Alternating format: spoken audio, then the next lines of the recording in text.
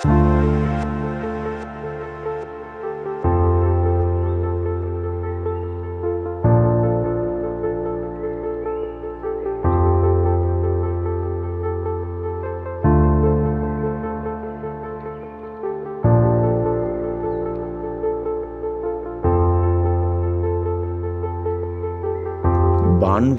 মানুষের পাশে পরিবেশ ও পাহাড়প্রেমী সংস্থা নেচার অ্যান্ড অ্যাডভেঞ্চার।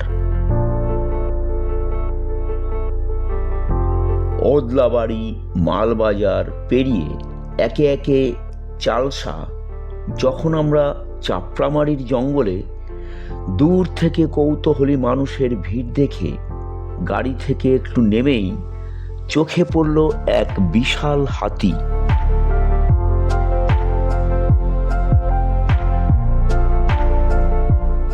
আমরা দেরি না করে আমাদের নির্দিষ্ট যাত্রাপথের দিকে এগিয়ে চললাম।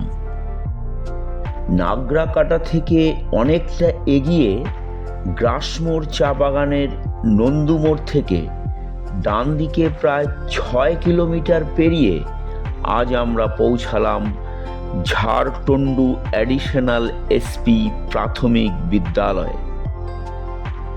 মোটামুটি অনেকটা ভেতরেই একটা প্রত্যন্ত অঞ্চল, যেখানে অতর্কিত বন্যার জলস্রোত তছনছ করে দিয়েছে মানুষের জীবন। কৃষি জমিতে সোনালি ধানের ওপর প্রবাহিত হয়েছে যেমন বিস্তর জলরাশি, তেমনি লণ্ডভণ্ড করে দিয়েছে মানুষের জনজীবন। কেউ আজ গৃহহারা, আবার অনেক জায়গায় অনেকেই স্বজনহারা। আজ যে স্কুলে আমরা মানুষের সাথে সাক্ষাৎ বা সহযোগিতা করার উদ্যোগ নিয়েছি, সেখানে 2 মাসের শিশু থেকে শুরু করে সব বয়সের মানুষের জন্য যেমন পোশাক রয়েছে, তেমনি রয়েছে শীতবস্ত্র, সোয়েটার, গায়ের চাদর, বিছানার চাদর।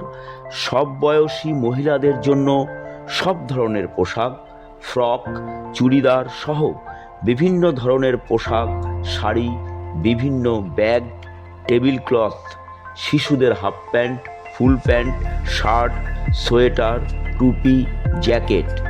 সব বয়সী পুরুষদের জন্য full pant, shirt, sweater, jacket সহ বিভিন্ন ধরনের শীতবস্ত্র।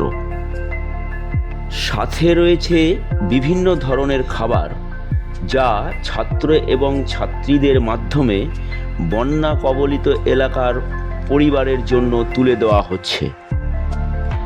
ঝাড়টুন্ডু অ্যাডিশনাল এসপি প্রাথমিক বিদ্যালয়ের প্রধান শিক্ষক মহাশয়, সমস্ত শিক্ষক শিক্ষিকা সহ উপস্থিত ব্যক্তিরা যেভাবে কাঁধে কাঁধ মিলিয়ে আমাদের সাথে সহযোগিতার হাত বাড়িয়ে দিয়েছেন, নেচার অ্যান্ড অ্যাডভেঞ্চারের পক্ষ থেকে আন্তরিকভাবে আমরা কৃতজ্ঞ।